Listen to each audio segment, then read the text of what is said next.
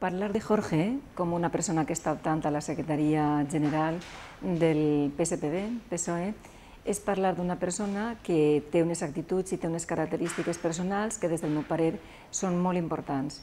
És una persona òptima per a desenvolupar aquest càrrec.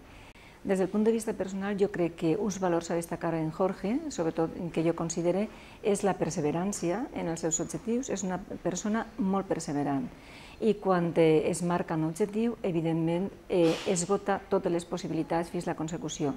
Pense que en un polític això és molt important.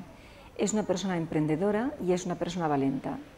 Jo crec que això, respecte a una persona que és líder i que puga també liderar en uns altres àmbits, en aquest cas de país, crec que són uns trets fonamentals. És capacitat d'impronta, de perseverància, d'actitud valenta front a les coses i d'ambició també política des del punt de vista col·lectiu, el que representa.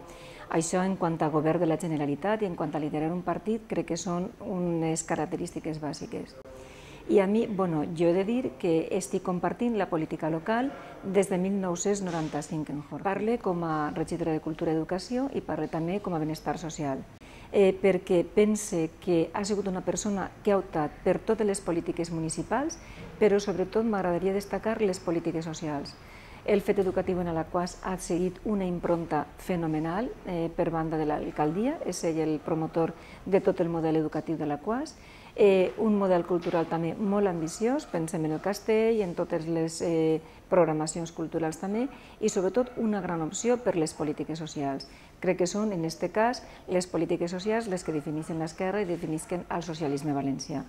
Jo crec que tot aquest perfil és el que els fa òptim per a que Jorge puga liderar, en aquest cas, el nostre partit, el Partit Socialista.